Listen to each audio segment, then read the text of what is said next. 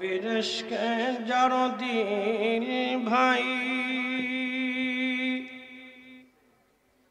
এ ভুবনে কাঁদে না রোজ হাসরে ভাই জানতারা নবীজির দেখা পাবে না। আল্লাহুম্মা সাল্লি আলা সাইয়্যিদিনা মাওলানা মুহাম্মদ ওয়া আলা আলি সাইয়্যিদিনা মাওলানা মুহাম্মদ। উড়ে যাও রে মাহফিলের হাওয়া, যাও রে উড়ে মদিনায়,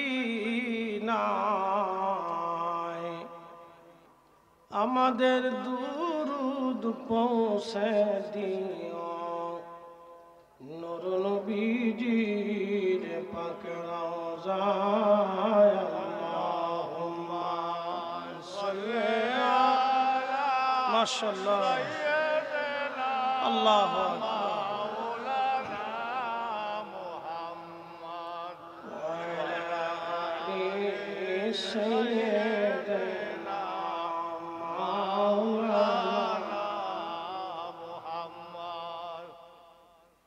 লগড্ডা পশ্চিমপাড়া বাইতুল আকসা জামে মসজিদের উদ্যোগে প্রথম বার্ষিক ওয়াজ ও দোয়ার মাহফিলের সম্মানিত প্রধান অতিথি ডক্টর সৈয়দ আহমদ পিয়ারা বাগদাদি আল কাদরি রাহিমাহুল্লাহের সুযোগ্য আওলাদ শাহজাদা সৈয়দ গোলাম মোহাম্মদ আব্দুল কাদের কাউকাব আল কাদরি সাহেব মাদ্দাজিল্লাহুল আলী,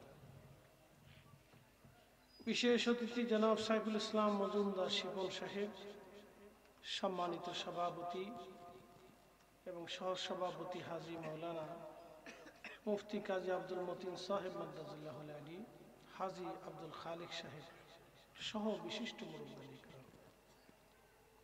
আজকের অন্যতম আলোচক বিশিষ্ট ইসলামিক চিন্তাবিদ হযরত মাওলানা মুবারক হোসেন জালালি সাহেব, হযরত মাওলানা মুফতি সরওয়ার হোসেন আল কাদরি সাহেব এবং হযরত মাওলানা হাফিজুর রহমান সাহেব সহ সকল উলামা ইকরাম, উলামা আহলে সুন্নাত, এলাকার গণ্যমান্য ব্যক্তিবর্গ, সম্মানিত মুরব্বী, কলিজার টুকরো যুবক ভাইরা, পর্দানিশীল আমার সম্মানিত মা বোনেরা, মাইকের আমার যত দূর পর্যন্ত যাচ্ছে সকলকে মোবারকবাদ। শুকরিয়া আদায় করি সে আল্লাহর, যিনি প্রচন্ড শীতের ভিতরে আমাদেরকে একত্রিত হওয়ার তৌফিক দিয়েছেন। সেই জন্য আল্লাহর আসমানে আমরা একসাথে শুকরিয়া আদায় করে বলি আলহামদুলিল্লাহ। আলহামদুলিল্লাহ। প্রিয় উপস্থিতি, আরো শুকর আদায় করি সে আল্লাহর, যিনি বহু মানুষের বীরে আদম সফিল আলাইহিস সালাম থেকে ঈসা রুহুল্লাহ আলাইহিস সালামের শেষ জমানা পর্যন্ত কোন নবীর উম্মত আল্লাহ আমাদেরকে বানানো নাই। অনেক বড় দয়া, অনেক বড় ইহসান করে আল্লাহ আমাদেরকে শ্রেষ্ঠ নবীর উম্মত বানিয়েছে। সুবহানাল্লাহ। এটা আল্লাহর দয়া। একসাথে বলি, কার দয়া? আল্লাহর দয়া। এতে কোনো সন্দেহ নাই। আল্লাহ আমাদেরকে এত বড় দয়া করলেন, সেই দয়ার জন্য আল্লাহর দরবারে শুকরিয়া আদায় করে বলি আলহামদুলিল্লাহ। আলহামদুলিল্লাহ। প্রিয় উপস্থিতি, পৃথিবীটাকে আল্লাহ বড় রঙিন করে সাজিয়েছে, অনেক সুন্দর করে সাজিয়েছে। প্রত্যেকটা সৃষ্টিকে আল্লাহ পুঙ্খানুপুঙ্খ রূপে সাজিয়েছে। কোন সৃষ্টির ভিতরে আল্লাহ কোন ত্রুটি বিচ্যুতি খাতা কিছু রাখেন নাই। আমাদের পৃথিবীতে একটা ধর্ম আছে, ধর্মের নাম হচ্ছে মাজুসি। তারা আগুনের পূজা করে। তাদের বিশ্বাস হচ্ছে আগুন আমাদের স্রষ্টা, আগুন আমাদের খোদা, আগুন আমাদেরকে সবকিছু দিয়ে থাকে। এটা তাদের এক ধরনের বিশ্বাস। আমরাও মুসলমানরা একটা বিশ্বাস নিয়ে আমরা ধর্ম পালন করি, কথা ঠিক আছে না? আমাদের একটা বিশ্বাস আছে না? আমাদের বিশ্বাসে আমাদের রবকে আল্লাহ, একসাথে বলতে হবে, কে? আল্লাহ। তাকে কি কোনোদিন দেখছেন? জি না। দেখেন না, দেখে আপনি তাকে রব মেনে নিছেন, এটার নামই হচ্ছে ঈমান, বিশ্বাস। তো যারা মাজুসি তাদের বক্তব্য হচ্ছে এই কোরআন, এই আপনার আগুন আমাদের খোদা। আমাদের এখানে একটা বক্তব্য আছে, বলে ফরিদে হুজুর বক্তব্যটা কি? বক্তব্যটা হচ্ছে আগুন কি একা একা কখনো জ্বলতে পারে? পারে না।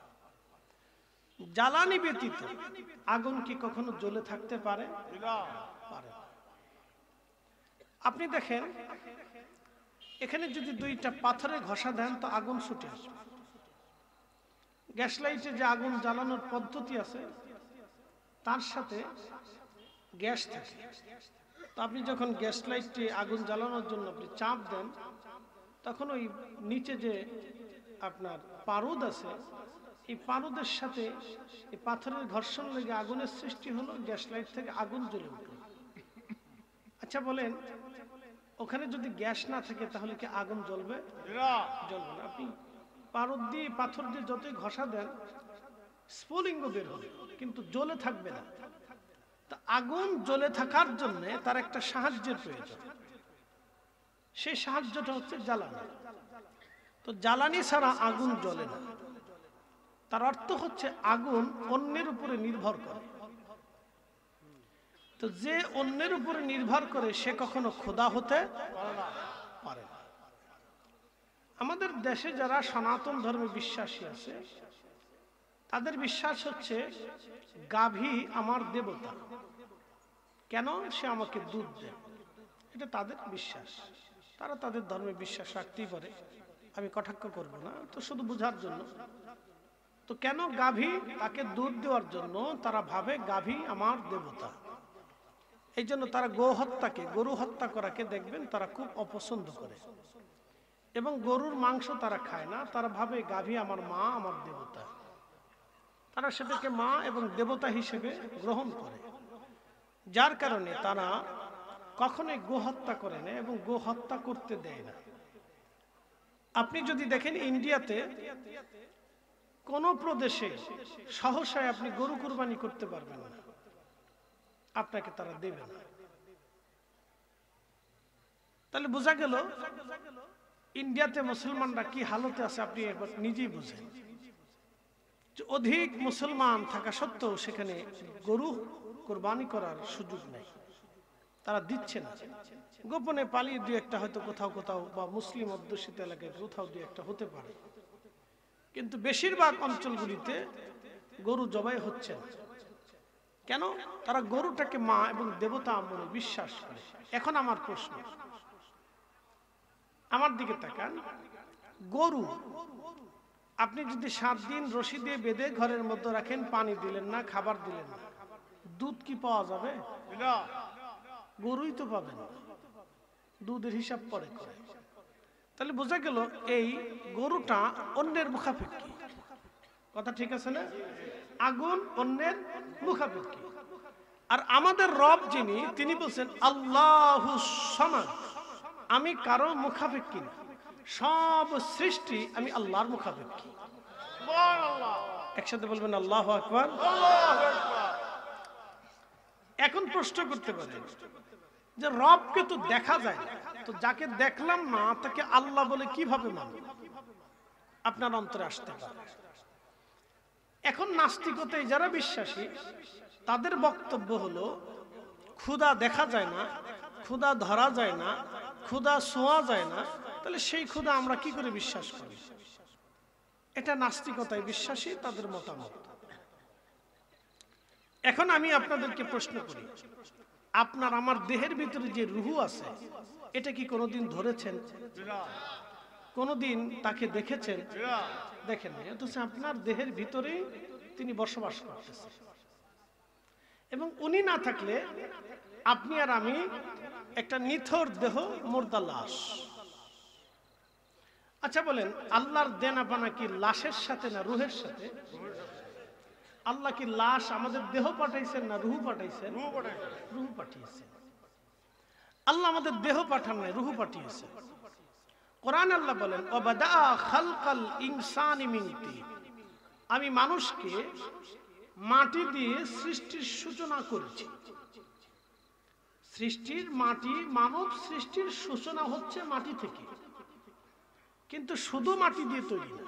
মাটির সাথে পানি আছে, আগুন আছে, বাতাস আছে, চারটা পদার্থ। শুধু মাটি না, মাটি দিয়ে শুরু করছেন, এর সাথে আরো অ্যাডজাস্ট করছেন পানি, আগুন, বাতাস। আপনি নিজের দেহের দিকে দেখেন, তাপমাত্রা না থাকলে, শীত যতই পড়ুক, শরীর আপনাকে গরম থাকতেই হবে। এই তাপ না থাকলে পৃথিবীর কোনো মানুষ বেঁচে থাকবে না। শীত যত বেশি পড়ুক, আপনার অক্সিজেন থাকতেই হবে। অক্সিজেন না হলে মানুষ, এই বাতাস না হলে মানুষ বাঁচবে না। আপনার পৃথিবীর সারা পৃথিবী মরুভূমি হয়ে যায়, মানব শরীরের ভিতরে তার পানি থাকতেই হবে। পানি না হলে মানুষ বাঁচবে না। তাহলে মানুষের সৃষ্টির উপাদান হচ্ছে মাটি, আগুন, পানি, মাটি, বাতাস। হুজুর, এটা কি আপনার বক্তব্য না? হুজুর গাউসে পাক মহিউদ্দিন আব্দুল কাদের জিলানী সিররুল আসরারের ভিতরে লিখেছেন, মানুষ চারটি পদার্থ দিয়ে তার বডির স্ট্রাকচার আল্লাহ তৈরি করছে, আগুন, পানি, মাটি, বাতাস, কিন্তু সূচনা করছেন মাটি থেকে। এরপর আল্লাহ বলছেন, সুম্মা জাআলা নাসলাহু মিন সুলালাতিন মিন মাইম মাহিন, আমি মানুষের বংশের বিস্তার করছি।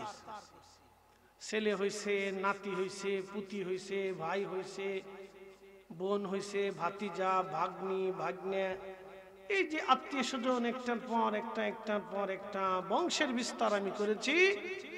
মিন সুলালাতিন মিন মাইম মাহিন, মানুষের শরীর থেকে নির্গত নির্যাস একটু পানি। একসাথে বলবেন আল্লাহু আকবার। আচ্ছা, আমি এত সময় দুইটা আয়াত থেকে আমি আল্লাহর বক্তব্য শোনাইলাম। বলেন, আল্লাহর বক্তব্যের ভিতরে কি আপনার কাছে মনে হয় এটা ভুল আছে? সৃষ্টির সাথে আল্লাহর বক্তব্যের কত চমৎকার মিল আপনি দেখেন।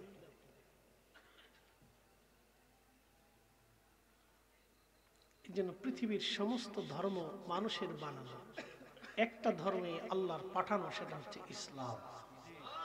কি কথা কর না কেন, জোরে বলে? যার ভিতরে আজও পর্যন্ত কোনো ত্রুটি কোথাও পায়নি, কেউ ধরাই দিতে পারেনি। প্রিয় উপস্থিতি, চান্দিনাবাসী মনোযোগ দিবেন।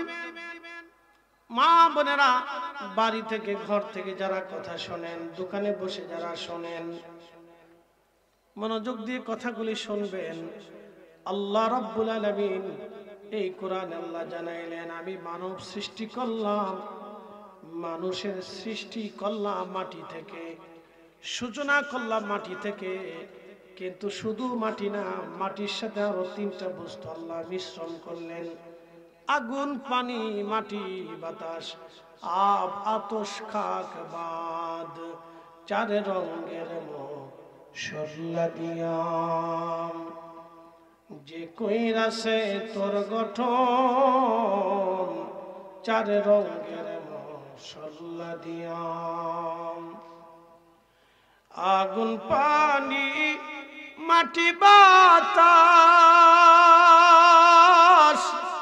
একই যোগে করিয়া প্রকাশ।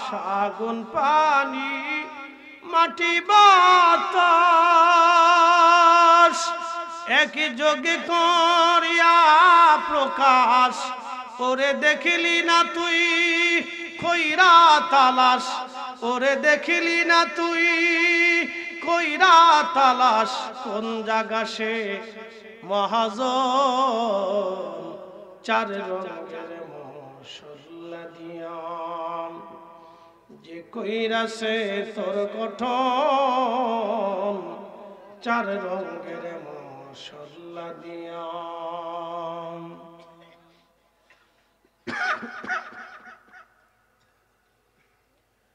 আল্লাহ রাব্বুল আলামিন মায়ের রহমের ভিতরে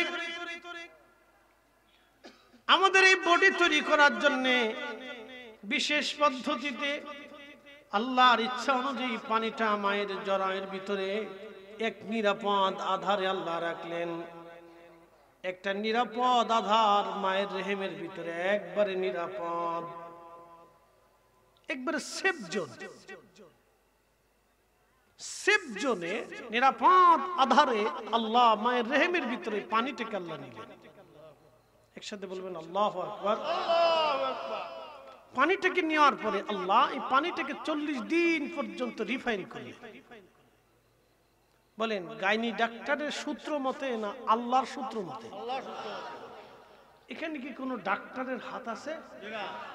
পৃথিবীর বড় বড় ডাক্তার, জরায়ু বিজ্ঞানী আছে, তারপরে আপনার এই মানব বিজ্ঞানী আছে, জন্মসূত্র, এ ধরনের বড় বড় ডাক্তার পৃথিবীতে যারা গবেষণা করে তারা আছে, কিন্তু তারা আজও পর্যন্ত এত চিন্তা, এত গবেষণা, এত থিসিস করার পরও আল্লাহর সৃষ্টির মতো এই ধরনের একবারে কি বলে আপনার নির্ভুল ভাবে আজও পর্যন্ত কোনো বিষয় তারা চিন্তাই করতে পারে না।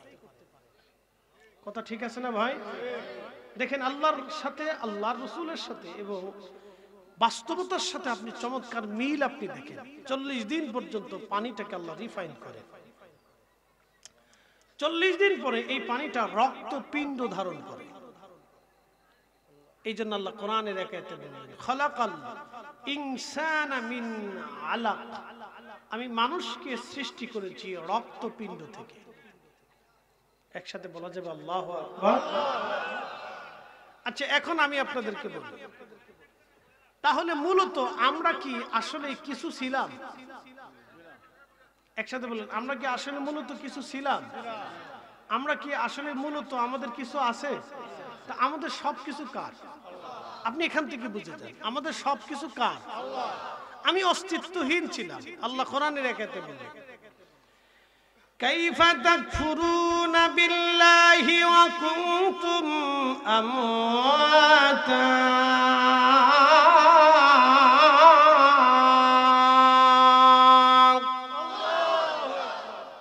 কাইফা তাকফুরুনা বিল্লাহ, তোমরা কি করে আল্লাহকে অস্বীকার করো? অকুনতুম আমওয়াতা, অথচ তুমি নির্জীব ছিলে, নিষ্প্রাণ ছিলে, মৃত ছিলে, অস্তিত্বহীন ছিলে। আমার বয়স 40। 45 বছর আগে পৃথিবীতে আমার কোনো অস্তিত্বই ছিল না। চিরসত্য না ভাই? আমার বয়স 40। 45 বছর আগে পৃথিবীতে আমার কোনো অস্তিত্বই ছিল না। ঠিক আরো 45 বছর পরে আমারও কোনো অস্তিত্ব পৃথিবীতে থাকবে না। ধরে নিলাম, এর আগে হতে পারে, পরেও হতে পারে, কিন্তু 45 ধরে নিলাম। বাকি 45 বছর পরে আমারও পৃথিবীতে কোনো অস্তিত্ব হয়তো থাকবে না। তাহলে বলেন তো, পৃথিবীর এই সামান্য বিষয় নিয়ে বড়াই করার কি আছে? আপনি এখান থেকে বুঝেন। তাহলে সামান্য জিনিস নিয়ে অহংকার করার কি আছে? কিচ্ছু নেই। এই কথাটুকু বুঝে যাবে, আমাদের কিচ্ছু নেই, কিচ্ছু নাই আমাদের। আপনাকে ছোট্ট করে সৃষ্টির তুলনা দিয়ে আল্লাহর কোরআন থেকে বুঝাইলাম যে আমাদের কিছুই নাই। আমাদের অনেকেই বুঝে না, হয়তো কিছু অর্থ হলে তার শরীর গরম হয়ে যায়, সেভাবে অর্থই বুঝি অনেক কিছু। মনে করে না ভাই, কিছু রাষ্ট্রীয় ক্ষমতা অথবা রাজনৈতিক ক্ষমতা আসার পরে সেভাবে আমি মনে হয় অনেক কিছু। যদি ধরেন লোকটার ক্যান্সার হয়ে গেল, তখন সে বুঝতে পারে আসলে আমি কিছু না। যখন বৃদ্ধ হয়ে যাওয়ার পরে হীন ক্ষীণ হয়ে যায়, তখন বুঝে আমি কিছু না। যখন হসপিটালের আইসিইউর মধ্যে সে পড়ে যায়, তখন সে বুঝে যে আমি কিছুই না, সব আল্লাহ। আচ্ছা, আমরা বসি, আরামে বসি, যার যার জায়গায় বসি, আমরা জানি, শোনেন, আমি মাহফিলে উঠাইতে চাই না। কেন উঠাইতে চাই না? আমি জানি যে যে জায়গায় বসে ওই জায়গার প্রতি তার মায়া লেগে যায়।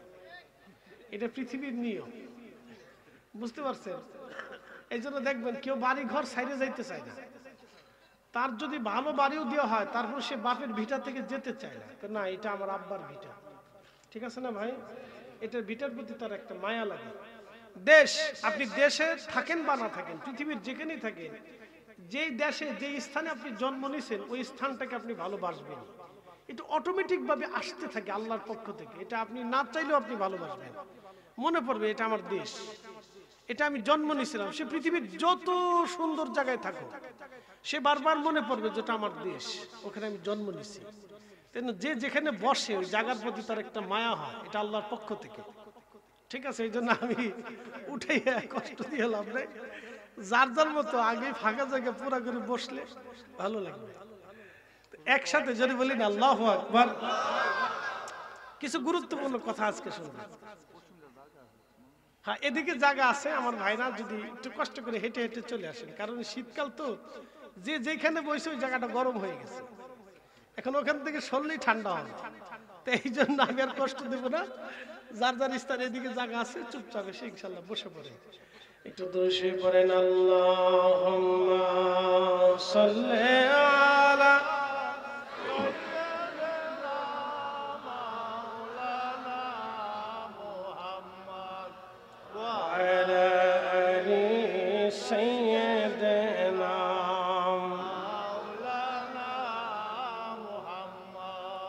বাড়ি বাড়ি কররে মন, এ বাড়ি ঘর তোমার না,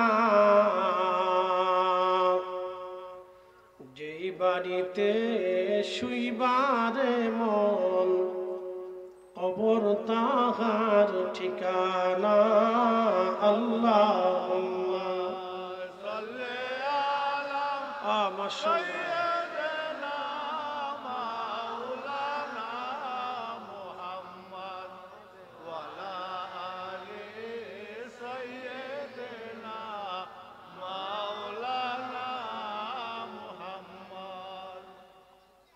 খুব মনোযোগ দিবেন। তার অর্থ হচ্ছে আপনার বয়স যদি 70 হয়, 71 বছর আগে আপনি পৃথিবীতে আপনার কোনো অস্তিত্ব ছিল না। আল্লাহ বলেন কুনতুম আমওয়াতা, তুমি অস্তিত্বহীন ছিলে, ফাআহইয়াকুম, আমি রব তোমাদেরকে দুনিয়ার জীবন দিয়েছি। একসাথে বলবেন আল্লাহু আকবার। কে দিছে? আল্লাহ। একসাথে বলেন কে? আল্লাহ। কে? আল্লাহ। আমাদের দেশে যারা সনাতন ধর্মে বিশ্বাসী তাদের বক্তব্য হলো আমার বিদ্যার একজন দেবতা আছে, সে কে? সে সরস্বতী। তাদের বিশ্বাস হচ্ছে আমার একজন লক্ষ্মীর দেবতা আছে, সে কে? লক্ষ্মী, সে আমার ঘরে কল্যাণ দেয়। এটা তাদের বক্তব্য যে আমার ঘরে সে কল্যাণ দেয়, এই জন্য তারা লক্ষ্মীকে পূজা করে, তারা সরস্বতীকে পূজা করে, তারা গণেশকে পূজা করে, তারা শিবকে পূজা করে। বলে কি শিব আমাকে শক্তি দেয়, আমার যৌন শক্তি দেয়, আমার কামনা বাসনা দেয়, তো সেই জন্য তারা শিবকে পূজা করে। আচ্ছা গেল, তারা দুর্গাকে পূজা করে, গরুকে পূজা করে। বলে কি এটা তাদের এই দেবতা, এই দেবতা তাদের পানির দেবতা, আগুনের দেবতা, বৃষ্টির দেবতা, খাবারের দেবতা, টাকার দেবতা। এরকম তাদের বিশ্বাসে বিভিন্ন দেবতা হতে হতে হতে হতে তারা বিশ্বাস করে আমাদের 33 কোটি দেবতা আছে। কত কোটি? 33 কোটি তাদের বিশ্বাসে। আমরা মুসলমানরা সবাই বিশ্বাস করি যে আমাদের সব কিছুর জন্য মালিক আল্লাহ। একসাথে বলেন কে? কে? যিনি বৃষ্টি দেন তিনি গরম দেন, যিনি গরম দেন তিনি শীত দেন, যিনি শীত দেন তিনি বরফ দেন, যিনি বরফ দেন তিনি খাবার দেন, তিনি মাছ দেন, তিনি সব দেন, তিনি হায়াত দেন, তিনি মৃত্যু দেন, তিনি ওষুধ দেন, তিনি রোগ দেন, তিনি আমাদেরকে খাওয়ান, তিনি আমাদেরকে পরিচালনা করেন, তিনি একজন। মনোযোগ দিয়ে, এক একটা ধর্মের এক এক ধরনের বিশ্বাস। তো মনোযোগ দিয়ে আল্লাহ বলেন ফাহিয়াকুম, তোমাদেরকে আমি জিন্দা করলাম, জীবন দিলাম। আচ্ছা এখন বলেন, যিনি জীবন দিলেন তাহলে ইবাদত হবে কার? আল্লাহ।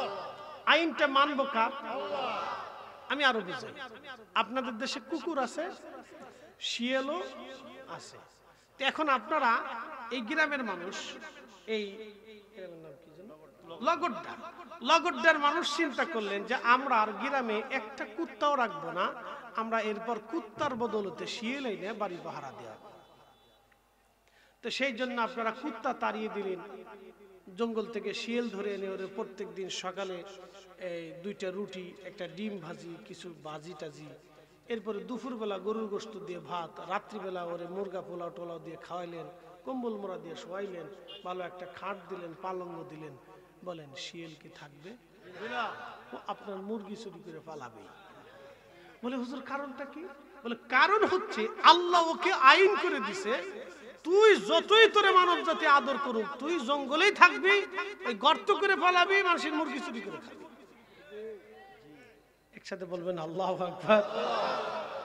কুত্তারে আল্লাহ আইন দিছে, তোরে যতই লাথি সবর পিটনি দিক, তুই মানুষের বাড়ির সামনে থাকবি, পাহারা দিবি, ওই কম্বল দিক আর কাঁথা দিক আর না দিক, তুই উঠানের সামনে বসে তোর মনিবের বাড়ি পাহারা দিবি। কুত্তা কিন্তু ঠিকই আল্লাহর আইন মেনেই আপনার বাড়ি পাহারা দেয়, শিয়াল কিন্তু ঠিকই আল্লাহর আইন মেনে আপনার বাড়ি পাহারা দিতে আসে না। ওরা আল্লাহর আইন মানে, একমাত্র আমরা মানুষই আল্লাহর আইন মানি। আপনাকে বুঝতে হবে, আমি তোমাদেরকে জীবন দিয়েছি, তুমি কিচ্ছু ছিলে না, তোমার কোনো অস্তিত্বই ছিল না, তোমাকে আমি জীবন দিয়েছি। প্রিয় লগড্ডাবাসী, খুব মনোযোগ দিবেন। রব্বুল আলামিন আমাদের জীবন কিভাবে দিলেন? আল্লাহর নবী বললেন 40 দিন পর্যন্ত মায়ের রেহেমে আমার আল্লাহ পানিটাকে রিফাইন করার পরে রক্তপিণ্ড হলো। রক্তপিণ্ড হওয়ার পরে আমার ওই 40 দিন পর্যন্ত এই রক্তপিণ্ডটাকে মায়ের রেহেমের ভিতরে আমার আল্লাহ আরো রিফাইন করেন। রিফাইন করার পরে আরো 40 দিন রিফাইন করার পরে সেটা গোশতের টুকরা হয়ে যায়। গোশতের টুকরা হয়ে যাওয়ার পরে আরো 40 দিন পর্যন্ত আমার আল্লাহ গোশতের টুকরাটাকে রিফাইন করতে করতে করতে করতে অস্থি হয়, হাত হয়, আঙ্গুল হয়, মোটামুটি একটা বডির স্ট্রাকচার আল্লাহ তৈরি করেন। এরপরে আল্লাহ বলেন, জিব্রাইল রূহের জগৎ থেকে আসল ইঞ্জিনটা এনে আমার বান্দার দেহের ভিতরে রূহখানা ফুঁকায়ে দাও।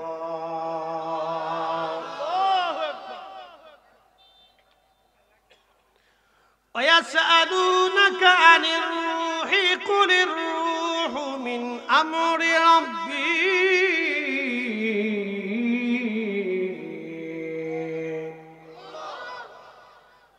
আল্লাহর নবীকে কাফেররা এসে বলল, হুজুর রূহ কি বলে দেন,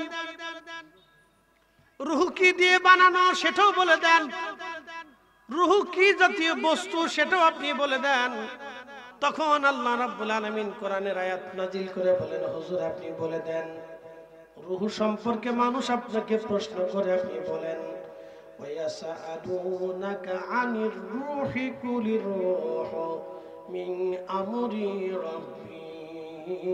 এই রূহটা আল্লাহর একটা হুকুম মাত্র, আল্লাহর হুকুমেই বান্দার দেহে আসে এবং আল্লাহর হুকুমেই বান্দার দেহ ত্যাগ করে। ঠিক কিনা? কার হুকুম? আল্লাহর হুকুম। আমরা কার হুকুমে আইছি? আল্লাহর হুকুমে। কার হুকুমে চলে যাব? আল্লাহর হুকুমে। মাঝখানে খালি আমরা শয়তানের হুকুম মানি। কি কথা খারাপ কইছি?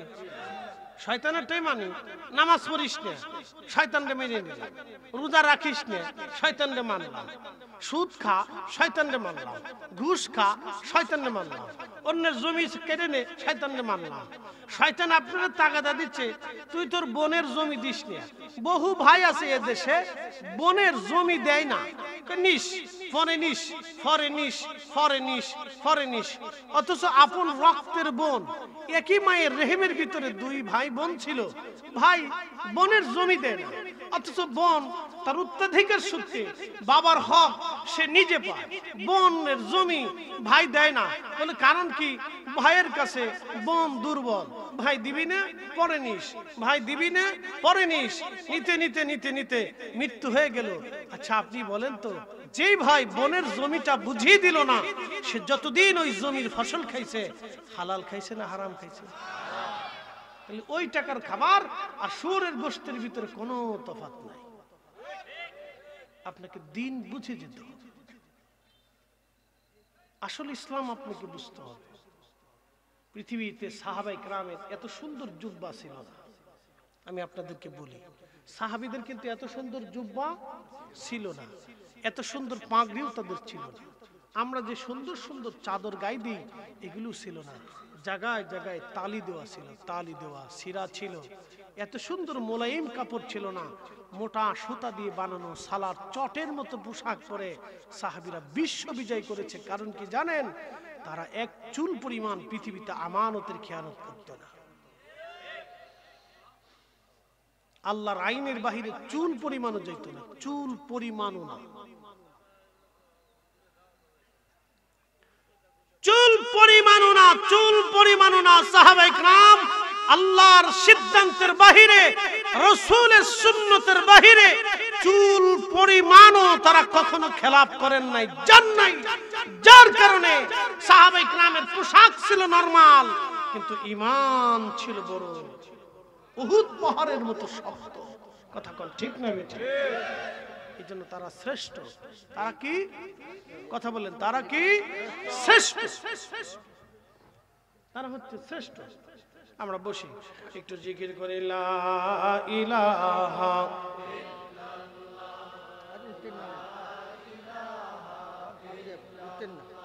জোরে লা ইলাহা, বসা লা ইলাহা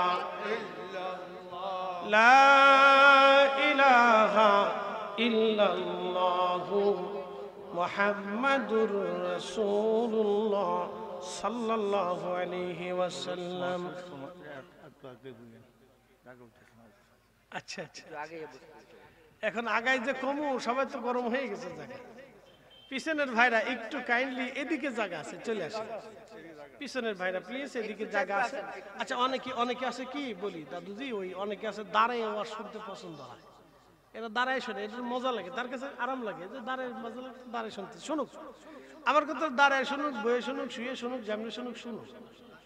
যদি হে চিন্তা করে যে আমি ফা উঁচা করে দিয়ে, মাথা নিচ করে দিয়ে শুনবো, আমি তাও শুনে, শুনে যায়, শোনার দরকার।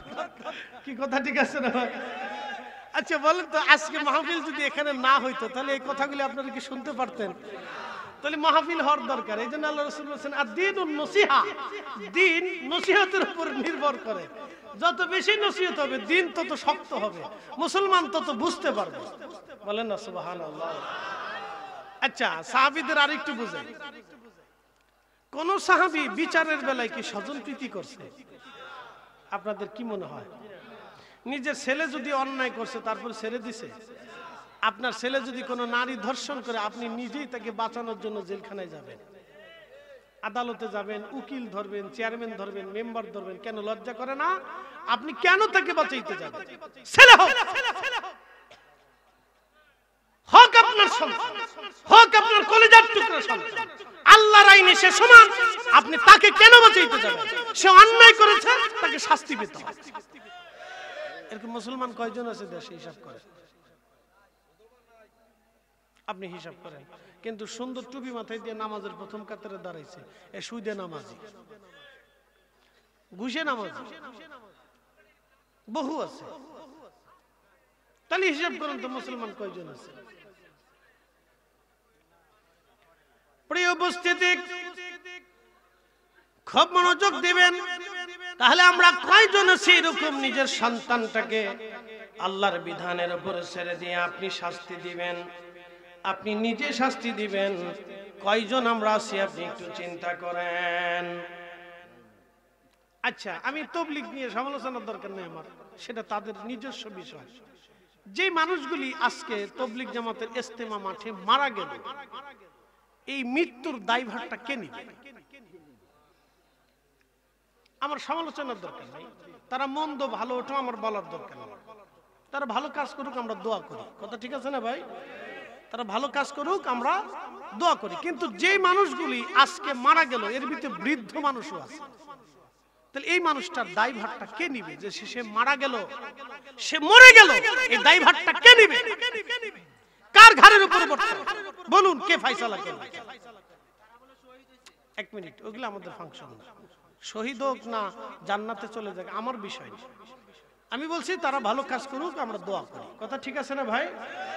আমি তার মন্দ বলার দরকার নাই, মন্দ দিকেরও দরকার নাই। আমি যে 100% ভালো তাও কিন্তু না। কথা ঠিক আছে না ভাই? আমি মন্দ বলবো না, শুধু যার জন্য বলতেছি যে যে লোকগুলি মারা গেল এর ভিতরে বৃদ্ধ লোক আছে, তাহলে এই দায়ভারটা কে নিবে?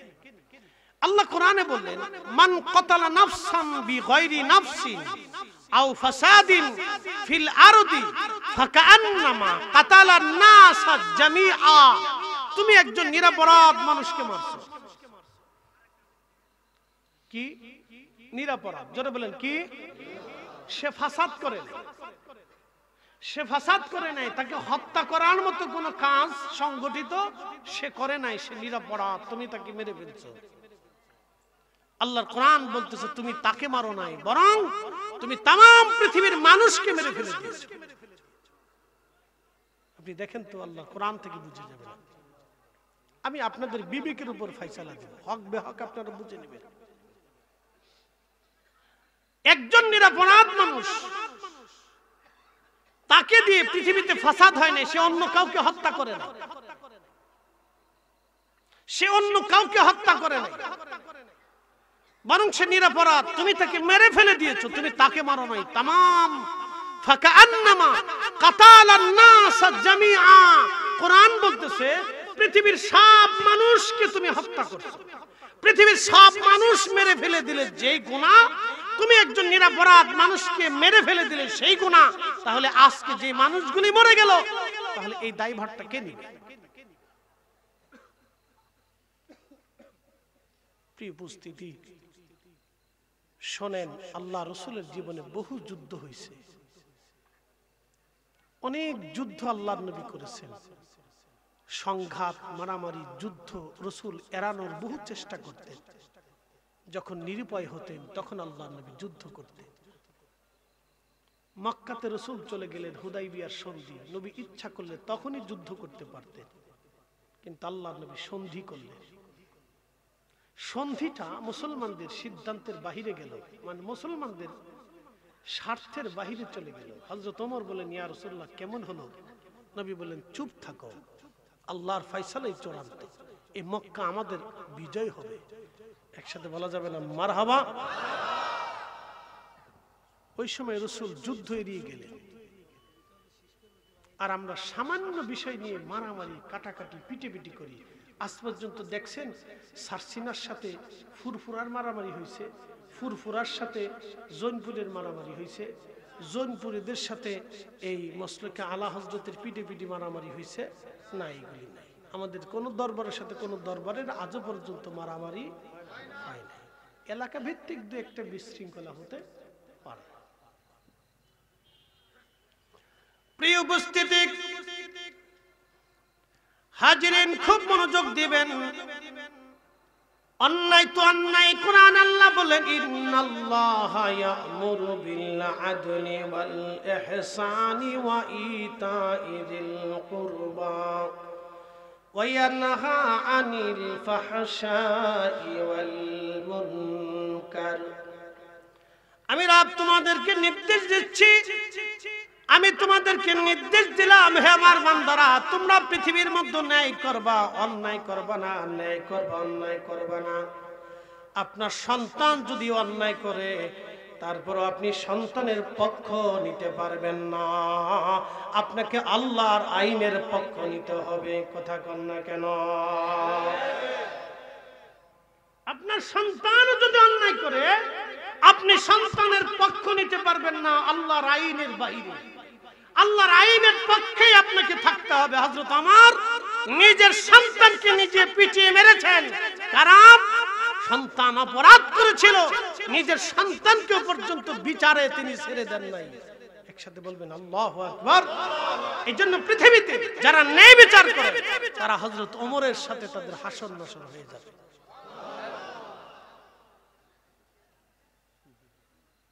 বিচারের তাগিদে ন্যায়ের কাছে হযরত ওমর নিজের সন্তানকে পর্যন্ত ছেড়ে দেন নাই। কলিজার টুকরা সন্তানকে না, এখানেও ছাড় হবে না। আর আমাদের দেশে শোক টিভি দিয়ে সালিশ বিচার হয়। কাকা একটু ভালো করে বুঝিয়ে দিই কেন আমার পক্ষে যাতে রায় আসে। উনি অপরাধ করলে ওনার পক্ষেই যেতে হবে। এই পক্ষ বিপক্ষ পৃথিবী থেকে যতদিন না যাবে ততদিন আমাদের মঙ্গল হবে না। শোনেন, আল্লাহ রাসূল বলেছেন, উম্মত তোমাদের ভিতরে যদি ন্যায় বিচার প্রতিষ্ঠিত হয় তাহলে মনে রাখবে আল্লাহর আকাশ থেকে রহমতের বৃষ্টি আসবে, তোমাদের সামান্য শস্যে আল্লাহ বরকত দিবে। যদি তোমরা পৃথিবীতে ন্যায় বিচার প্রতিষ্ঠিত করতে পারো, যদি পৃথিবীতে ন্যায় বিচার হয়, ন্যায় হয়, যদি অন্যায় না হয়, তোমরা যদি ন্যায় বিচার পৃথিবীতে প্রতিষ্ঠিত করতে পারো তাহলে গাভীর এত পরিমাণে দুধ হবে যে এক গাভীর দুধই সারা গ্রামের মানুষ খেতে পারবে না। যদি তোমরা পৃথিবীতে ন্যায় বিচার প্রতিষ্ঠিত করো তাহলে শুনে রাখো একটা আনার ফল দিয়ে সারা গ্রামের মানুষ খেতে পারবে, একটা আনারই গ্রামের মানুষ খেয়ে শেষ করতে পারবে না। কিন্তু আজও হয়নি। এটা হবে ইমাম মাহদীর সময় শুধু, এর আগে কেউ পারবে না। হয়নি, চেষ্টা করতে পারি। ন্যায় বিচারটাকে আল্লাহ এইভাবে প্রাধান্য দেন। একটা কথা মনে রাখবেন, পৃথিবীর সবচেয়ে নিকৃষ্ট ওই মানুষ যে অন্যায় বিচার করে। এর মতো কোনো জঘন্য মানুষ পৃথিবীতে নেই। যেই লোক পতিতার ব্যবসা করে, নিজের টাকা দিয়ে অন্য নারীর দেহ ভোগ করে এবং নারীদেরকে পতিতা বৃত্তি করা, তারা পৃথিবীতে একবারে শুয়োরের চাইতে নিকৃষ্ট। ও মানুষের কাতারই পড়ে না, ও শুয়োরও না, শুয়োরের চাইতেও নিকৃষ্ট। ও কুকুরের সাথে তুলনা করা যাবে না। কুকুরের 3টা গুণ আছে, ওর কোনো গুণ নাই। আর পৃথিবীতে শুয়োরের চাইতে নিকৃষ্ট তারা যারা পৃথিবীতে মানুষের সাথে অন্যায় বিচার করে। আপনি ঠিক বললেও ঠিক, না ঠিক বললেও ঠিক। আল্লাহ বলেন, ইন্নাল্লাহা ইয়ামুরু বিল আদলি, তোমাদেরকে হুকুম দিচ্ছি তোমরা পৃথিবীতে ন্যায় বিচার করবে, ন্যায় করবে, ন্যায় করবে, অন্যায় করবে না, অন্যায় করবে না। একসাথে বলা যাবে না আল্লাহু আকবার। বিচারের জন্য সাহাবীরা এক মহিলাকে ধরে নিয়ে আসছে। কারণ কি? মহিলা চুরি করছে। আল্লাহর নবী বলেন তার হাত কেটে দাও। সাহাবীরা এসে বলেন, ইয়া রাসূলুল্লাহ, ক্ষমা করে দিবেন, এই মহিলা সম্ভ্রান্ত পরিবারের একজন নারী, তার কি হাত কাটাটা মওকুফ করা যায় না? আল্লাহর নবী রাগান্বিত হয়ে গেলেন, জানারি হয়ে গেলেন। কি বলছো সাহাবীরা? আমার পূর্ববর্তী যত নবীরা এসেছিলেন তাদের উম্মতরা পৃথিবীতে অন্যায় বিচার করার জন্য ধ্বংস করেছেন। আল্লাহ আকাশ থেকে পাথর ফেলেছেন, জমিনে আল্লাহ আগুন নিক্ষেপ করেছেন, আল্লাহ বৃষ্টি বন্ধ করে দিয়েছেন। তোমরা বলো কি আমার ফাতেমাও যদি চুরি করত, আমি রাসূল আমার ফাতেমার হাত কেটে ফেলে দিতাম? অন্যায়ের ব্যাপারে ন্যায়ের পক্ষে আমি রাসূল আপোষীর হাত কেটে দাও, ধনী হোক না রাষ্ট্রপ্রধানের মেয়ে হোক, এটা দেখা যাবে না, হাত কেটে দাও। একসাথে বলা যাবে না আল্লাহু আকবার। না না হয় না, আরো জোরে বলেন আল্লাহু আকবার। এটা ইসলাম। রাসূল বললেন অন্যায় বিচারের জন্য আগে আল্লাহ পৃথিবী থেকে বহু বৃষ্টি বন্ধ করে দিয়েছেন, পাথর নিক্ষেপ করেছেন, মানুষকে ধ্বংস করে দিয়েছেন, শস্য শ্যামলকে ধ্বংস করে দিয়েছেন শুধু অন্যায় বিচার করার জন্য। আপনি দিন বুঝে যান। বহু মানুষ আছে ন্যায় বুঝে না, টুপি মাথায় দিয়ে নামাজের সেজদার ভিতরে বুঝে দিয়েছে, শয়তান হাসে আর কয়, চাচা তোমার কিচ্ছু নেই। ফরিদি সাহেবের মতো ফাগরি ৩৬,০০০ বছরও যদি মাথায় দিয়ে ঘুরেন কিচ্ছু হবে না। দিন বুঝতে হবে। আমরা আসলটা হারিয়ে ফেলছি, শুধু বাহ্যিক পোশাকটা ধরে নিয়েছি, কিন্তু হৃদয়ের ভিতরে আমাদের দিন নষ্ট হয়ে গেছে। কথা ঠিক কিনা ভাই? হৃদয়টা নষ্ট হয়েছে, আমরা বাহিরের পোশাকটাকে ধরে নিয়েছি। খুব সুন্দর দেখা যাচ্ছে, বাহ কত সুন্দর হুজুর।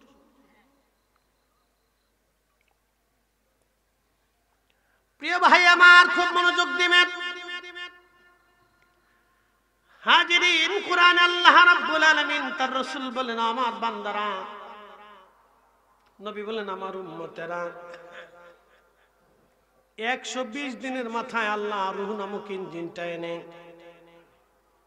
মায়ের রেহেমের ভিতরে আমার আল্লাহ ঢুকিয়ে দিলেন, মায়ের রেহেমে ঢুকিয়ে দিলেন। আমার বডির মধ্যে রূহটা আল্লাহ ঢুকিয়ে দেওয়ার পরে রব্বুল আলামিন জিব্রাইলকে বললেন, জিব্রাইল, 4টে জিনিস আমার বান্দার জন্য লিখে দাও। 1 নাম্বার, সে কতদিন পর্যন্ত পৃথিবীতে বেঁচে থাকবে লিখে দাও। কতদিন পৃথিবীতে বেঁচে থাকবে তুমি লিখে দাও। এবং 2 নাম্বার, সে কি পরিমাণ রিজিক অন্বেষণ করবে এবং কি পরিমাণে রিজিক সে খানা খাবে সেটাও লেখো। তার বরাতে কি পরিমাণ রিজিক হবে সেটাও লেখো। আল্লাহর সিদ্ধান্তের বাহিরে আপনি একটা ভাতের দানাও বেশি খেতে পারবেন না। কথা কন না কেন? আপনি হাজার হাজার কোটি টাকার মালিক হলেও আল্লাহর সিদ্ধান্তের বাহিরে একটা ভাতের দানা বেশি খেতে পারবেন। বিশ্বাস আছে আপনাদের? কথা বলেন, আছে? আছে। একটা ভাতের দানাও আপনি বেশি খেতে পারবেন না আল্লাহর সিদ্ধান্তের বাহিরে। যাহা বরাতে লিখেছে যতটুকু ততটুকুনি খেতে পারবেন। এর বেশি একটা ভাতের দানাও বেশি খেতে পারবেন। এটা যদি বিশ্বাস করেন তাহলে অন্যায়ভাবে কোনো সম্পদ রুটি রুজি করবেন না। যদি বিশ্বাস করেন হ্যাঁ আমার রব আমাকে যাহা বরাত করেছেন এটাই পাবো, তাহলে অন্যায়ভাবে একটু ভাতের দানাও আপনি সংগ্রহ করবেন না। যদি করেন এটা আপনাকে দুনিয়াতে রেখে যেতে হবে, এটা আপনার সন্তান ভাগে পাবে। কিয়ামতের ময়দানে ওই সন্তান আপনার জন্য ওই একটা দানা ভাতের, অবৈধ ভাতের দানার জন্য সন্তান আপনার দায়ভার নেবে না। ওই গুনাহের দায়ভার আপনাকে বহন করে হাসরের ময়দানে ঘুরতে হবে। তাহলে বোঝা গেল যে পৃথিবী থেকে অন্যায়ভাবে সম্পদ রুটি রুজি করে তার মতো বোকা পৃথিবীতে আর কেউ নাই। সবচেয়ে বড় বোকা, একবারে সবচেয়ে বড় বোকা সে নিজে বুঝলো না যে তার আখিরাত ধ্বংস করে দিয়েছে। এই জন্য আল্লাহ কোরআনের একটা আয়াতে বলেন, ইয়া আইয়ুহাল্লাযীনা আমানু লা তুলহিকুম আমওয়ালুকুম ওয়ালা আওলাদুকুম আন যিকরিল্লাহ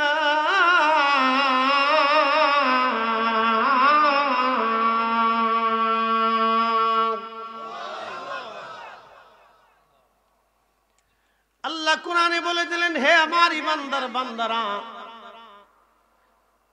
হে আমার ঈমানদার বান্দারা, ইয়া আইয়ুহাল্লাযীনা আমানু লা তুলহিকুম আমওয়ালুকুম ওয়ালা আওলাদুকুম আন যিকরিল্লাহ।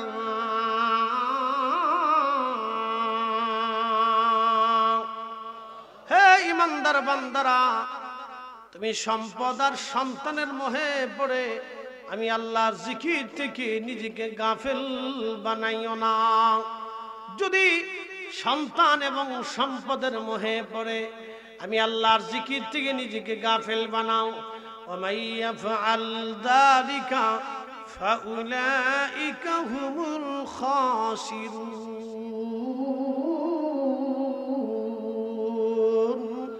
তুমি মহা ক্ষতিগ্রস্ত হয়ে যাবে, ক্ষতিগ্রস্ত হবে, ক্ষতিগ্রস্ত হবে, ক্ষতিগ্রস্ত হয়ে যাবে। আহা, আল্লাহর কথা কত চমৎকার। মেহেশরের মাঠে আল্লাহর বান্দার ফয়সালা হবে। নবী বললেন 3টা জায়গা মানুষ সন্তানকে ভুলে যাবে, সন্তান বাবা আমাকে ভুলে যাবে। কেউ কারো কথা মনে রাখবে না, কেউ কারো পরিচয় দিবে না। 1 নম্বর মিজানের পাল্লা, 2 নম্বর ডান হাতে বাম হাতে আমলনামা যখন দিবে, 3 নম্বর ফুলসিরাতের ঘাটে কেউ কারো কথা মনে থাকবে না। প্রিয় নবী বললেন, আমার উম্মতরে যখন মিজানের পাল্লা দাঁড় হবে, নেকি এবং বদিগুলি ওজন হতে থাকবে, তখন আমি রাসূল আমার উম্মতের মিজানের পাল্লার পাশে আমি দাঁড়ায় থাকবো। আমার উম্মত যাতে জাহান্নামে চলে না যায়, একবার আওয়াজ তুলে বলবেন কি ইয়া রাসূলুল্লাহ।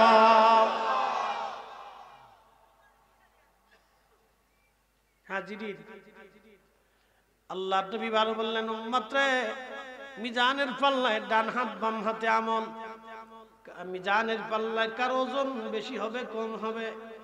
বান্দার ওজন কম হয়ে গেল, নেকি কম হয়ে গেল, গুনার পাল্লা ভারী হলো। আল্লাহর বান্দাকে আল্লাহ বলবেন তুমি জাহান্নামে চলে যাও। তখন আল্লাহর বান্দা বলবে ইয়া রাব্বি, আমি আমার সন্তানের জন্য অপরাধ করছিলাম, আমি আমার মেয়ের জন্য অপরাধ করেছিলাম, আমি আমার স্ত্রীর জন্য অপরাধ করেছিলাম। আপনি যদি সুযোগ দেন আমি তাদেরকে ডাকবো, ডেকে ডেকে এনে আমার গুনাহের জিম্মাদারি কিছু গুনাহ তাদের আমল নামায় আমি দিয়ে দিতে চাই। আল্লাহ বলবেন ঠিক আছে, ডাকো। ডাকো হবে তার সন্তানটাকে। বাবা বলবে ছেলে রে, আমি তোমার জন্য অপরাধ করেছিলাম, তোমার সুখের জন্য বাড়ি বানিয়েছিলাম, ঘর দরজা বানিয়েছিলাম, জমি জমা করেছিলাম, অন্যায়ভাবে করে রেখে আসছি বেটারে। আজকে আমি গুনাহের ভারী হইয়া জাহান্নামী হয়ে যাচ্ছি। ছেলে আমার, কিছু গুনাহের জিম্মাদারি তুমি নিয়ে নাও। ছেলেটা সেই দিন ডাক দেয়া বলবে আব্বা জান, আমি নিজের পাপের চিন্তায় পেরেশান আছি। আপনি কেন অবৈধভাবে সম্পদ রুজি করতে গেলেন? কেন সেই দিন আপনি অন্যায়ভাবে রুটি করেছেন? আপনি কেন বৈধভাবে করেন নাই? আব্বা জান, আজকে গুনাহের জিম্মাদারি আমি নেব না। ওই চিন্তায় আমি নিজের চিন্তায় পেরেশান আছি। আপনার সময় চিন্তায় আমার কোনো চিন্তা এখন মাথায় নাই। আপনার নিজের চিন্তা আপনি নিজে করেন। আল্লাহর নবী বলবেন, তখন আল্লাহ ডাক দিবে বান্দা তোমার আর কেউ আছে? বলে রব্বি, আমার একটা কন্যা আছে, ডেকে নিয়ে আসো। ডাকা হবে মেয়েটাকে। বাবা বলবে মেয়ে আমার, কলিজার টুকরা, তোমাদের সুখের জন্য দুনিয়াতে অন্যায় করেছিলাম, বাড়ি ঘর জমি জমা রেখে এসেছিলাম। বেট কন্যারে, আজকে গুনাহের জিম্মাদারি কিছু নিয়া আমার গুনাহ তুমি একটু কমিয়ে দাও। মেয়েটা বলবে বাবা আমি বড় পেরেশানির মধ্যে আছি, নিজের চিন্তায় বিরাট বড় পেরেশানি। আব্বাজান অন্যায় করে আপনাকে রুটি রুটি করতে তো আমরা বলি নাই, আপনি কেন করেছিলেন বাবা? আমাদের সুখের জন্য কেন অবৈধভাবে করলেন? গুনাহের ভাগীদার আপনি, আপনার চিন্তা আপনি নিজে করেন। মেয়েটাও চলে যাবে। আল্লাহ বলবেন বান্দা আর কেউ কি তোমার আছে? সেই দিন বান্দা বলবি আর আপনি আমার স্ত্রী আছে। বলে ডাকো তোমার বিবিকে। বিবিকে ডাকা হবে সেই দিন। আমার স্ত্রী, আমার সহধর্মিনী, কলিজার প্রিয় আমার, তোমার সুখের জন্য আমি কোন অন্যায় করেছিলাম, বহু অবৈধভাবে সম্পদ রুজি করে তোমার গহনাগাতি কাপড় চোপড়, তোমার জন্য মনের আশা বাসনা, তোমার হাসির জন্য খুশির জন্য আমি অন্যায় করেছিলাম। বিবি, আজকে আমি জেলখানার আসামি হয়ে গেলাম, গুনাহের ভারী হয়ে গেল আমার কিছু গুনাহ নিয়ে, তুমি আমার গুনাহগুলি হালকা করে দাও। স্ত্রী বলবে স্বামী, বিবাহের সময় শর্ত ছিল আমার সম্মানজনক রুটি রুজি, সম্মানজনক জীবিকা দিয়ে দেনমোহর ধার্য করে আপনি আমাকে বিয়ে করেছিলেন। আপনার আয়ত্তের ভিতরে আমি ছিলাম, আমার আয়ত্তে আপনি ছিলেন না। হালালে হারাম বলতে পারবো না, এটা আপনার বিষয় ছিল স্বামী। আপনি নিজের চিন্তা নিজে করেন। আমি আমার নিজের চিন্তায় আজ বড় পেরেশান হয়ে গেছি। স্ত্রীও চলে যাবে। আল্লাহ বলবে বান্দা তোমার আর কেউ আছে? বান্দা কাঁদতে থাকবে ইয়া রাব্বি, আজকে আপন বলে আজ আমার কেউ নাই। আল্লাহ বলবে বান্দা তোমাকে বলেছিলাম সন্তান এবং সম্পদের মোহে তুমি আমি আল্লাহর জিকির থেকে গাফিল হইও না। তুমি সন্তানের চিন্তায়, সম্পদের চিন্তায় আমি আল্লাহর আইনের বাহিরে চলে গেলাম।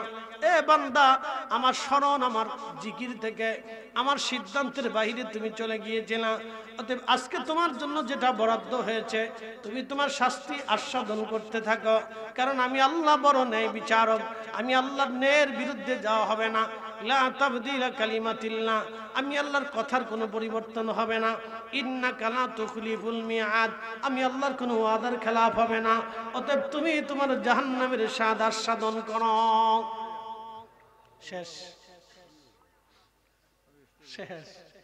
হাসরের ময়দানে ছোট্ট একটা চিত্র আপনাদের সামনে তুলে ধরলাম, একটা চিত্র। আরো কত ভয়াবহ চিত্র আছে, আরো কত ভয়াবহ চিত্র আছে। এই জন্য বুদ্ধিমানরা কখনো অবৈধভাবে সম্পদ রুটি রুজি করে না। তারা জানে এটা দায়ভার কিয়ামতের ময়দানে আমি নিতে পারবো না। অ্যাটেনশন, পৃথিবীতে একজন মুজাদ্দিদ ছিলেন, ইসলামের প্রথম মুজাদ্দিদ, মুজাদ্দিদে মিল্লাত হযরতে ওমর ইবনে আব্দুল আজিজ রাদিয়াল্লাহু তাআলা আনহু। তিনি ইসলামের প্রথম মুজাদ্দিদ। প্রত্যেক প্রত্যেক 100 বছরে একজন করে মুজাদ্দিদ আসবে। আকাইদে আহলে সুন্নাত ওয়াল জামাত ছাড়া পৃথিবীতে কোনো মুজাদ্দিদের জন্ম হবে না। একসাথে বলবেন না সুবহানাল্লাহ? এটা চিরসত্য। আকাইদে আহলে সুন্নাত ওয়াল জামাত ছাড়া পৃথিবীতে কোনো মুজাদ্দিদের জন্ম হবে না, কোনো মা জন্ম দিতে পারবে না। ইসলামের প্রথম মুজাদ্দিদ হযরতে সাইয়্যিদুনা ওমর ইবনে আব্দুল আজিজ রাদিয়াল্লাহু তাআলা আনহু। তিনি ইসলামের হযরত ওমরের মতো রাষ্ট্র পরিচালনা করতেন, ওনাদের মতো আর কেউ পারবে না ইমাম মাহদী আলাইহিস সালামের আগ পর্যন্ত। বলে হুজুর কেন পারবে না? আমি আপনাদেরকে একটু বুঝাই কেন পারবে না, বুঝাই। ধরেন বাংলাদেশে ইসলামিক হুকুমত প্রতিষ্ঠিত হলো। এখন বলেন ইসলামী হুকুমত প্রতিষ্ঠিত হওয়ার পরে বাংলাদেশ ব্যাংক কি বাতিল করতে পারবেন? আর বাংলাদেশ ব্যাংক যদি থাকে তাহলে সুদও থাকবে, ব্যাংকও থাকবে। পৃথিবীর সাথে লেনদেন করতে হলে আপনাকে সুদের মাধ্যমে লেনদেন করতে হবে, সুদ ছাড়া আপনি লেনদেন করতে পারবেন না। সারা ওয়ার্ল্ডের সাথে আপনাকে ব্যবসা করতে হলে তাহলে ওয়ার্ল্ডের নীতি মেনে আপনাকে ব্যবসা করতে হবে।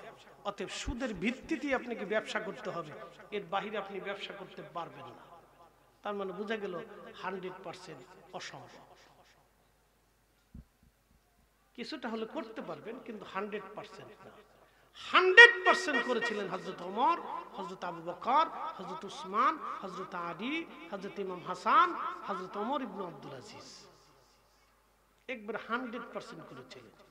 এবং এরপরে আল্লাহ রাসূল বলছেন আমার নসলে, আমার বংশে, আমার হাসানি, আমার হুসাইনি, আমার হাসান এবং হুসাইনের নসলে সরাসরি রক্তে পৃথিবীতে আল্লাহ একটা সন্তান পাঠাবে, তার নাম হবে মুহাম্মদ, বাবার নাম হবে আব্দুল্লাহ, সে পরিচিত হবে ইমাম মাহদী হিসেবে। আমি যেইভাবে কালিমাতুল তাওহীদ, আমি যেইভাবে আল্লাহর দ্বীন জমিনে প্রতিষ্ঠিত করেছি, আমার মাহদী সেইভাবে জমিনে আল্লাহর দ্বীন প্রতিষ্ঠিত করবে। আমি যেইভাবে সারা অঞ্চলে ইসলামের হুকুমতকে, দ্বীনকে প্রতিষ্ঠিত করেছি, আমার মাহদী পৃথিবীর প্রত্যেকটা অঞ্চলে, মহল্লাতে, গ্রামে আল্লাহর দ্বীনকে প্রতিষ্ঠিত করবে। আরো জোরে বলে।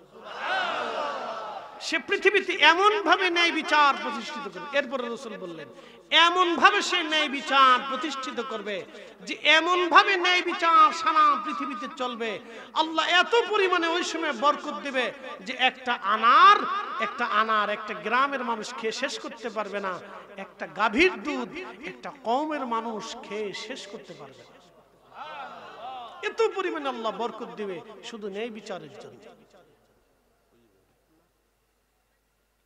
আমার বক্তব্য না, রাসূল যেটা বলেছেন সেটাই হবে। বিশ্বাস আছে না ভাই আপনাদের? নবী যাহা বলেছেন তাই হবে। কি কথা কন না কেন? নবী বলেছেন ওয়াদাউল আমানা, আমানত হত্যা করা হবে, আমানত ধ্বংস হবে। আজকে ঠিক আমানত মরে গেছে। বিশ্বাসটা করলে টাকা হাওলাত দিয়ে দেখেন, আর না হয় দোকানে বাকি দিয়ে দেখেন, তাহলে দেখবেন যে আমানতরে কবর দিয়ে ফেলছে, আমানত নাই।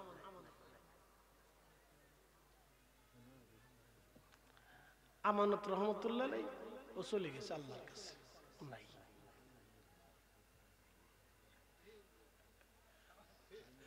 কথা কন না। আমি জীবনে যতবার আমার কইছে হুজুর চলে যান বিকাশে পাঠাই দিবানি, আজও পর্যন্ত পাইনি।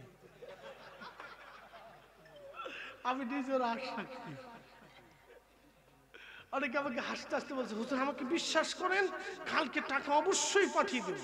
আমি শুধু মুচকি হাসি দিয়ে বলতে আচ্ছা ঠিক আছে পাঠান। আমার জীবনে কোনোদিন পাঠাইছে কোনো রেকর্ড নাই, পাঠান। হাসতে হাসতে চলে এসে পাঠান, কেন আমি জীবনে পাইনি। এরপর আর জীবনেও কোনোদিন ফোন আসেনি, পাইনি। এই জন্য চিন্তা করছি যে আমানত মরে গেছে, আমানত নাই। একসাথে বলা যাবে আল্লাহু আকবার। প্রিয় উপস্থিতি, অনেক কথা, অনেক ওয়াজ আপনাদেরকে শোনাইলাম। তাহলে আল্লাহ সিদ্ধান্তের বাহিরে একটা দানা ভাত আমরা বেশি খেতে পারবো সুযোগ নেই, কোনো সুযোগ নেই। বুদ্ধিমানরা কখনো অবৈধভাবে সম্পদ রুজি করে না। ভাই যেটা পাবে ভাইকে বুঝিয়ে দিবে, বোন যতটুকুন পাবেন ওকে বুঝিয়ে দিবে। আপনার ভাতিজা ভাগ্নারা যা পাবে ওটা আপনি সমানভাবে বুঝিয়ে দিবেন। তোমারটা তুমি নিয়ে যাও, তোমাদেরটা তোমরা নিয়ে যাও, সমানভাবে বুঝিয়ে দিয়ে বলবেন যাও, তুমি আল্লাহর সিদ্ধান্তে তুমি পাবা, তুমি নিয়ে যাও। এটা নিয়ে আমাকে ভেজাল বাড়ানো পারাপারি করার কিছু নেই। তুমি যেটা পাবা নিয়ে যাও, শেষ। তবে একটা দিক হবে, যদি আপনি হালাল রুজি করেন আপনার সন্তানদেরকে আল্লাহ মানুষ বানাবে। একসাথে বলবেন আল্লাহু আকবার। আপনার সন্তানদেরকে আল্লাহ কি বানাবে? মানুষ বানাবে। আর যদি হারাম করেন তাহলে সন্তান মানুষ হবে না, ও দেখতে মানুষ হবে কিন্তু ভিতরে জানোয়ার হবে। এই কথা কন না কেন, জোরে বলেন। ও দেখতে মানুষ হবে কিন্তু ভিতরে জানোয়ার হবে, ও মানুষ হবে না। কারণ হারাম খাইয়া কোনো মানুষ তৈরি হয় না, তার কাজ নষ্ট হয়ে যায়, দিল মরে যায়, দিল মরে যায়, দিল মরে যায়, ও দিল থাকে না, ওটা মরে যায়। ও দেখতে মানুষ হবে কিন্তু ভিতরে মানুষ হবে না। আমি 100% পিওর, মানুষ হবে।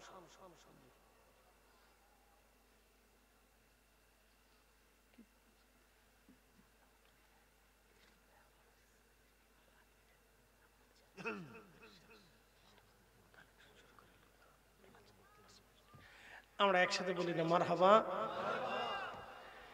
প্রিয় উপস্থিতি, খুব মনোযোগ দিয়ে বলছিলাম, আল্লাহ রাব্বুল আলামিনের রাসূল বলেন আমার উম্মতেরা চারটি জিনিস আল্লাহ ওই সময় লিখে দেয়। 1 নম্বর হায়াত, 2 নম্বর রিজিক, 3 নম্বর ইজ্জত, 4 নম্বর জান্নাতি হবে নাকি জাহান্নামী হবে আল্লাহ লিখে দেন।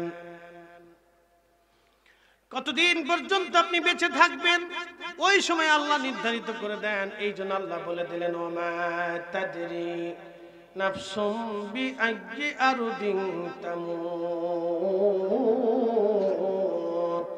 মানুষ কতদিন কোন জায়গা কোন অবস্থায় কিভাবে মারা যাবে কেউ জানে না, কেউ জানে না। কেউ কি জানে? আজ পর্যন্ত কেউ বলে দিতে পারছে? তবে নবীদের বিষয়টা স্বতন্ত্র, তারা আল্লাহ কর্তৃক নিয়ন্ত্রিত। নবীরা কে কর্তৃক নিয়ন্ত্রিত? সরাসরি আল্লাহ কর্তৃক নিয়ন্ত্রিত। তারা অনেক গায়েবের খবর বলে দিতেন। একসাথে বলবেন আল্লাহু আকবার। আমার রাসূল যাহা যাহা ভবিষ্যৎবাণী করেছেন এটা আল্লাহর পক্ষ থেকে করেছেন। কথা ঠিক আছে না? আল্লাহর পক্ষ থেকে করেছেন, তো রাসূল যেটা বলেছেন সেটা হবেই। কথা কেন কেন হবে না? কি বিশ্বাস আসেনি? হবেনি? হবেনি? হবে। নবী যেটা বলেছেন সেটাই হবে। আল্লাহ রাসূল বলেছেন প্রকাশ্যে নারী পুরুষ জিনা করবে, ঠিক তাই হচ্ছে। যদি বিশ্বাস না করেন তাহলে পার্কে, বিনোদন কেন্দ্রে, সি বিচে, সমুদ্রতে চলে যাবেন। আর যদি আরো বিশ্বাস না করেন তাহলে কুমিল্লা স্টেডিয়াম মাঠে একটা কনসার্ট দিয়ে দেখবেন যে কত পুরুষ আর নারী বেহায়া। এই কথা কেন না, জোরে বলেন। যদি বিশ্বাস না করেন তাহলে কুমিল্লা স্টেডিয়ামে একটা কনসার্ট দিয়ে দেখেনি যে কত নারী পুরুষ বেহায়া। তাহলে আল্লাহর নবী যা বলছেন সেটা হবে না? একসাথে বলেন, কথা বলেন, হবে কি না? হবে। প্রিয় উপস্থিতি, এই জন্য বলছিলাম যে 1 মিনিট, এই জন্য বলছিলাম যে আমাদের সব কিছু কার? জোরে বলেন। এখানে আমরা 100 বছর বয়সের কেউ আছে বাবাজি? 100 বছরের কেউ আছে? নাই। আচ্ছা 1 মিনিট, আচ্ছা মনোযোগ দেন। 100 বছর বয়সে আমাদের মুরব্বী দাদুর বয়স কত? না, দাদু বলতেছে 85। আমি আরো 10 বছর ধরলাম 95। ধরেন 100 বছর ধরেন আর কি, দাদুর বয়স 100 বছর। উনি একমাত্র ব্যক্তি এই গ্রামের ভিতরে সবচেয়ে প্রবীণ, অর্থাৎ এই গ্রামের শত মানুষের ভিতরে উনি একমাত্র ব্যক্তি এখনো বেঁচে আছে। বাদ বাকি সবাই কোথায় চলে গেছে? 100 বছর বয়সী সবাই কোথায় চলে গেছে? সব মাটির নিচে।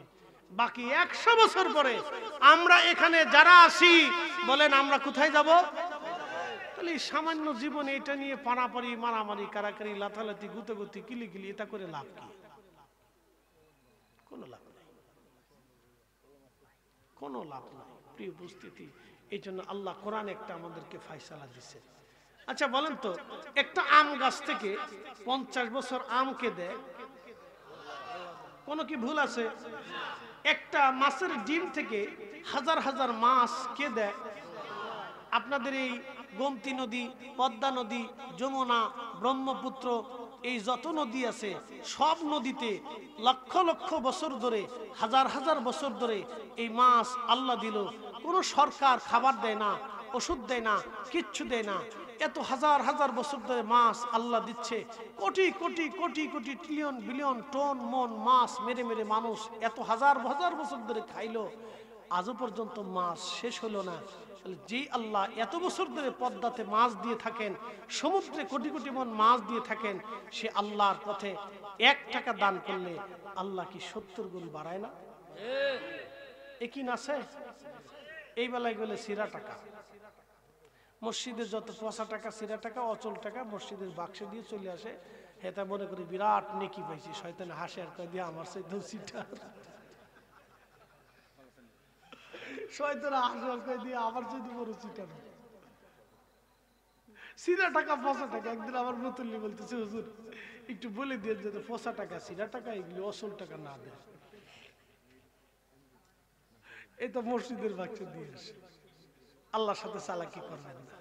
আল্লাহ কোরআনের একটা আয়াতে বলছেন, কথা শেষ, খুব মনোযোগ দিয়ে, وأنفقوا مما رزقناكم من قبل أن يأتي أحدكم الموت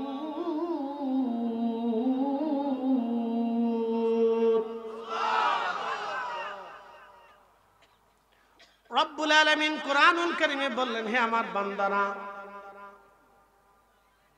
আমি রব্বুল আলামিন তোমাদেরকে যে রিজিক দিলাম, যে সম্পদ দিলাম, এই সম্পদ থেকে তোমরা আমি আল্লাহর পথে কিছু ব্যয় করো। মিন ক্বাবলি আইয়াতিয়া আহাদাকুমুল মাউত, মরণ আসার আগে দিয়ে দাও, মরণ আসার আগে দিয়ে দাও, মরণ আসার আগে দিয়ে দাও। মিন ক্বাবলি আইয়াতিহা আহাদাকুমুল মাউত, মৃত্যু আসার আগে দাও। যদি তুমি দান করো তাহলে আমি আল্লাহ তোমাকে 1 টাকায় 70 গুণ দিব।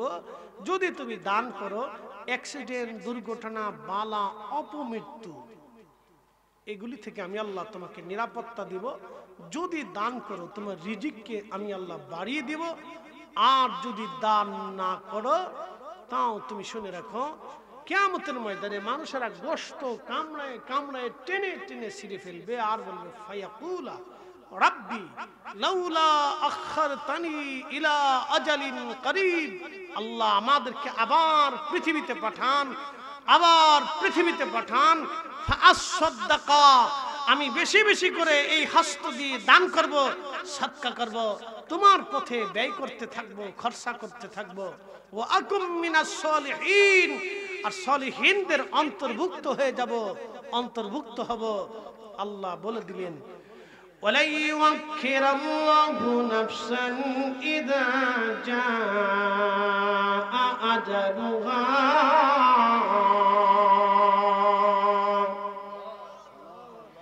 আল্লাহ ডাক দিয়ে বলেন, বান্দা হায়াত শেষ হয়ে গেলে পৃথিবীতে আর থাকার সুযোগ নাই। আর একবার আল্লাহর কাছে চলে গেলে পৃথিবীতে আসার আর কোনো সুযোগ নাই। সনাতনী হিন্দু ধর্মে যারা বিশ্বাসী তাদের বক্তব্য হলো, আবার আসিব ফিরে ধানসিঁড়িটির তীরে নবান্নে এ বাংলায়, হয়তো শালিকের বেশে। তাদের বিশ্বাস ভগবান আমাদেরকে আবার পৃথিবীতে পাঠাবেন, কবুতর বানিয়ে, শালিক বানিয়ে, কাক বানিয়ে, কুত্তা, বিলাই, শিয়াল, বন্য পশু করে আমাদেরকে আবার পৃথিবীতে পাঠানো হবে। আল্লাহ জানিয়ে দিলেন, ও বান্দা তুমি শুনে রাখো, পৃথিবীতে আর আসার কোনো সুযোগ নাই, কোনো ব্যবস্থা নাই, একবারই সময়। অতএব একটা বার সময় যেহেতু, অতএব এই সময়টা আল্লাহর কাজে ব্যয় করিয়া, এই সম্পদগুলি আল্লাহর পথে ব্যয় করিয়া, আপনার রিজিক আল্লাহর পথে খরচা করে যাওয়া বুদ্ধিমানের কাজ, বুদ্ধিমানের কাজ, বুদ্ধিমানের কাজ। যখন আপনি আল্লাহর পথে দান করবেন, চিন্তা আসতে পারে, হুজুর আমি আল্লাহর পথে দিব, আমার সন্তানরা তো আছে, ছেলেরা আছে, দেখেন আপনার ছেলে পৃথিবীতে আসার পরে আমার আল্লাহ ওই রুহের রুহু যখন মায়ের রেহেমে দিয়ে দেয়, তখন আল্লাহ লিখে দেয় কি পরিমাণে সে খাবে, ওটা কিন্তু লিখিত হয়ে গেছে। আপনি হাজার চেষ্টা করলেও আপনার সন্তানকে বেশি ভালো খাওয়াইতে পারবেন না আল্লাহর সিদ্ধান্তের বাহিরে। কি কথা কন না কেন? ধরেন, এই আমার দিকে তাকান, ধরেন আপনি সুদের কারবারি করে 100 কোটি টাকার মালিক হয়েছেন। আচ্ছা বলেন, আপনি কি প্রত্যেক দিন 10 মণ চালের ভাত খাইতে পারবেন? একটা হরিণ জবাই করে খেতে পারবেন? একটা ছাগল দিয়ে নাস্তা করতে পারবেন?